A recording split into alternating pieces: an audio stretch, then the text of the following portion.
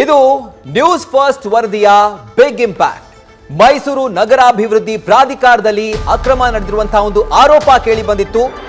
ಇದರ ಬೆನ್ನಲ್ಲೇ ಮೂಡಾದಲ್ಲಿ ಮತ್ತೆ 4 ಅಧಿಕಾರಿಗಳ ವರ್ಗಾವಣೆಯಾಗಿದೆ.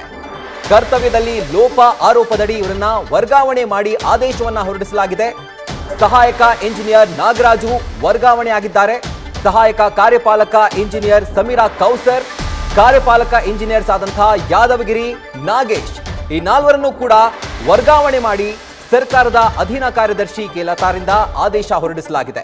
ಇನ್ನು ನಗರಾಭಿವೃದ್ಧಿ ಸಚಿವ ಭೈರತಿ ಸುರೇಶ್ ಅವರ ಸಭೆ ಬೆನ್ನಲ್ಲೇ ಈ ಅಧಿಕಾರಿಗಳ ವರ್ಗಾವಣೆ ಆಗಿರೋದು. ಬೆಳಗ್ಗೆ ತಾನೇ 3 ಅಧಿಕಾರಿಗಳು ವರ್ಗಾವಣೆ ಆಗಿದ್ರು, ಈಗ 4 ಅಧಿಕಾರಿಗಳು. ಒಟ್ಟಾರೆಯಾಗಿ ನ್ಯೂಸ್ ಫಸ್ಟ್ ನ ಬಿಗ್ ಇಂಪ್ಯಾಕ್ಟ್ ನಿಂದಾಗಿ 7 ಅಧಿಕಾರಿಗಳ ವರ್ಗಾವಣೆಯಾಗಿದೆ. ಕರ್ತವ್ಯ ಲೋಪದ ಅಡಿಯಲ್ಲಿ ಆ ಒಂದು ಕಾರಣವನ್ನ ಕೊಟ್ಟು ಸರ್ಕಾರ ಈ 7 ಜನರನ್ನು ಕೂಡ 7 ಅಧಿಕಾರಿಗಳನ್ನು ಕೂಡ ಇದೀಗ ವರ್ಗಾವಣೆ ಮಾಡಿದೆ. ಮೈಸೂರಿನ ಮೂಡಾದಲ್ಲಿ ಕಂಡು ಬಂದಂತಹ ಒಂದು ಅಕ್ರಮ ಏನಿತ್ತು ಅದನ್ನ ಎಳೆಯಾಗಿ ನ್ಯೂಸ್ ಫಸ್ಟ್ ಬಯಲಿಗೆಳೆದಿತ್ತು. ಹಾಗೂ ನ್ಯೂಸ್ ಫಸ್ಟ್ ನ ಬಿಗ್ ಇಂಪ್ಯಾಕ್ಟ್ ನಿಂದಾಗಿ ಈಗ 4 ಅಧಿಕಾರಿಗಳು ಹಾಗೂ ಬೆಳಗ್ಗೆ 3 ಅಧಿಕಾರಿಗಳು, ಒಟ್ಟಾರೆಯಾಗಿ 7 ಜನ ಅಧಿಕಾರಿಗಳು ಇದೀಗ ವರ್ಗಾವಣೆಯಾಗಿದ್ದಾರೆ. ಇದ್ರ ಬಗ್ಗೆ ಹೆಚ್ಚಿನ ಡೀಟೇಲ್ಸ್ ಅನ್ನ ಕೊಡ್ತಾರೆ ನಮ್ಮ ಪ್ರತಿನಿಧಿ ರವಿ ಪಾಂಡವಪುರ. ರವಿ, ಈಗ 7 ಜನ ಅಧಿಕಾರಿಗಳು ಈ ಒಂದು ಆರೋಪದಲ್ಲಿ ಅಥವಾ ಈ ಒಂದು ಕರ್ತವ್ಯ ಲೋಪದ ಅಡಿಯಲ್ಲಿ ವರ್ಗಾವಣೆ ಆಗಿದ್ದಾರೆ.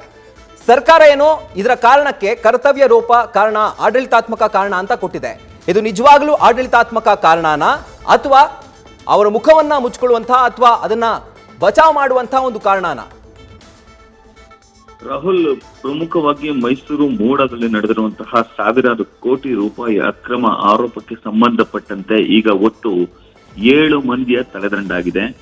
ಸಂಜೆ ಭೈರತಿ ಸುರೇಶ್ ಅವರು ಸುದ್ದಿಗೋಷ್ಠಿ ನಡೆಸಿದ ಬಳಿಕ ಸರ್ಕಾರದ ಅಧೀನ ಕಾರ್ಯದರ್ಶಿ ಲತಾ ಅವರು ಒಬ್ಬೊಬ್ಬರನ್ನೇ ವಿಚಾರಣೆಗೆ ಒಳಪಡುತ್ತಿದ್ದಾರೆ. ಈ ಸಂಬಂಧ ಈಗಾಗಲೇ 4ರನ್ನ ಅವರು ವರ್ಗಾವಣೆ ಮಾಡಿದ್ದಾರೆ.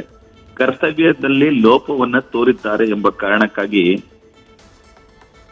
ಸಹಾಯಕ ಕಾರ್ಯಪಾಲಕ ಅಭಿಯಂತರ ಆದಂತಹ ಸಮೀರಾ ಕೌಸರ್ ಹಾಗೂ ಸಹಾಯಕ ಅಭಿಯಂತರ ಆದಂತಹ ನಾಗರಾಜು, ಕಾರ್ಯಪಾಲಕ ಅಭಿಯಂತರ ನಾಗೇಶ್, ಇವರ ಜೊತೆಗೆ ಮತ್ತೊಬ್ಬ ಅಧಿಕಾರಿ ಸಹಾಯಕ ಕಾರ್ಯಪಾಲಕ ಯಾದವಗಿರಿ, ಇವ್ರ 4ರನ್ನು ಕೂಡ ಸರ್ಕಾರದ ಅಧೀನ ಕಾರ್ಯದರ್ಶಿ ಆಗಿರುವ ಲತಾ ಅವರು ಸದ್ಯ ಈಗ ಆದೇಶವನ್ನು ಹೊರಡಿಸಿ ಮಾತೃ ಸಂಸ್ಥೆಗೆ ನೀವು ತೆರಳಿ ನಿಮ್ಮ ಕೆಲಸವನ್ನ ಅದೇ ಮಾಡಿ ಅಂತ ಹೇಳುವಂತ ಕೆಲಸಕ್ಕೆ ಮುಂದಾಗಿದ್ದಾರೆ.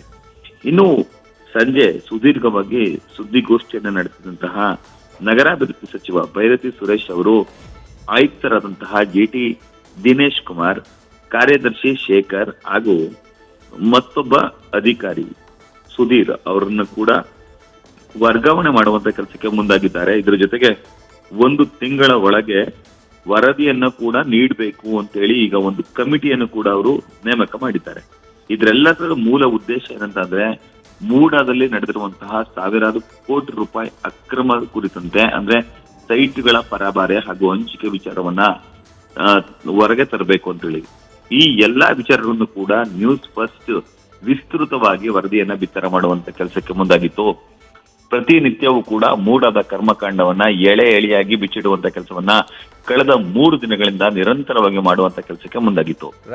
ಈ ಹಿನ್ನೆಲೆಯಲ್ಲಿ ಇವತ್ತು ಸಚಿವರಂತಹ ಭೈರತಿ ಸುರೇಶ್ ಅವರು ಖುದ್ದು ಮೈಸೂರಿಗೆ ಬಂದು ಸಭೆಯನ್ನ ನಡೆಸಿ ಸಭೆಯಲ್ಲಿ ಒಟ್ಟು 3ರನ್ನ ವರ್ಗಾಯಿಸಿದ್ರೆ ಬಳಿಕ ಈಗ ಅಧಿಕಾರಿ 4ರನ್ನ ವರ್ಗಾವಣೆ ಮಾಡಿದ್ದಾರೆ. ಒಟ್ಟು ಈವರೆಗೆ 7 ಮಂದಿ ವರ್ಗಾವಣೆಯಾಗಿದ್ದು ಮತ್ತಷ್ಟು ಮಂದಿಯ ತಲೆದಂಡ ಆಗಬಹುದು ಎಂಬ ನಿರೀಕ್ಷೆ ಕೂಡ ಇದೆ. Rahul. Right Ravi, thank you ನಿಮ್ಮ ಡೀಟೇಲ್ಸ್ಗೆ. ನ್ಯೂಸ್ ಫಸ್ಟ್ ನಿರ್ಭೀತಿಯಿಂದ ನಿಮ್ಮ ಪರವಾಗಿ.